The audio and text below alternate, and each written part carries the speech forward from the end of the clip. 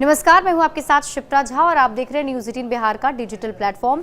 देखिए, सीबीएसई ने 10वीं बोर्ड परीक्षा का आयोजन साल में 2 बार किए जाने वाले नियम को मंजूरी दे दी है। साल 2026 यानी कि अगले साल से सीबीएसई की ओर से 10वीं बोर्ड की परीक्षाएं साल में 2 बार ली जाएंगी। सीबीएसई एग्जाम कंट्रोलर संयम भारद्वाज ने बताया है कि सीबीएसई ने 2 बार परीक्षाएं करवाने के मॉडल को मंजूरी दे दी है। साल में पहली परीक्षा फरवरी और दूसरी परीक्षा मई महीने में आयोजित होगी। वहीं फरवरी में होने वाली परीक्षा के नतीजे अप्रैल और मई में होने वाली परीक्षा के नतीजे जून में जारी कर दिए जाएंगे।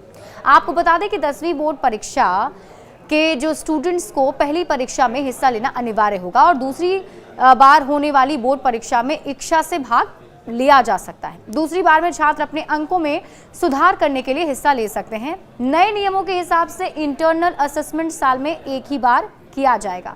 कब होंगी परीक्षाएं? तो सीबीएसई की ओर से फरवरी में जो ड्राफ्ट तैयार किया गया था उसमें कहा गया था कि सीबीएसई 10वीं बोर्ड परीक्षा के पहले चरण की परीक्षा 17 फरवरी से 6 मार्च के बीच आयोजित हो सकती है और दूसरे चरण की परीक्षाएं 5 से 20 मई को आयोजित की जा सकती हैं। कब होंगी परीक्षाएं? तो सीबीएसई की ओर से फरवरी में जो ड्राफ्ट तैयार किया गया था उसमें ये जानकारी दी गई थी कि पहला जो चरण है 17 फरवरी से लेकर के 6 मार्च के बीच में किया जा सकता है और जो दूसरा फेज है वो 5 से 20 मई के बीच में आयोजित किया जाएगा। अब आपको बता देते हैं कि पहले और दूसरे चरण की परीक्षाओं में सिलेबस भी एक ही रहेगा और पूर्ण पाठ्यक्रम भी शामिल होंगे। इसके साथ ही जो भी स्टूडेंट्स दोनों परीक्षा में हिस्सा लेंगे उनके परीक्षा केंद्र एक ही होंगे। अगर एग्जाम फी की बात करें तो रजिस्ट्रेशन के वक्त ही दोनों परीक्षाओं की फीस जमा करनी होगी। सीबीएसई दूसरे एग्जाम के जरिए उन स्टूडेंट्स को मौका देना चाहता है जो एक बार परीक्षा के बाद अपने परिणाम में सुधार करना चाहते हैं। कौन से नंबर फाइल माने जाएंगे?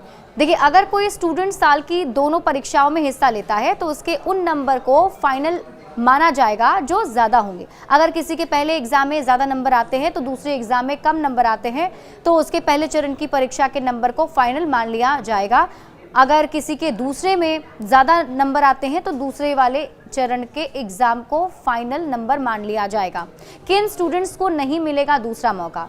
आपको बता दें कि स्टूडेंट्स 3 विषयों में अपने प्रदर्शन को बेहतर करने की अनुमति दी जाएगी। अगर कोई स्टूडेंट पहली परीक्षा में 3 या 3 से ज़्यादा विषयों में शामिल नहीं हुआ तो उसे दूसरी परीक्षा में बैठने का मौका नहीं मिलेगा। तो ये स्टूडेंट्स को ध्यान में रखना है कि अगर आप पहले चरण की परीक्षा में शामिल हो रहे हैं तो आप सभी परीक्षा में शामिल हों, क्योंकि अगर आप 3 से ज़्यादा विषयों के परीक्षा में शामिल नहीं होते हैं तो दूसरा मौका आप खो सकते हैं। बड़े अपडेट्स के लिए आप जुड़े रहिए न्यूज़ 18 बिहार झारखंड के साथ।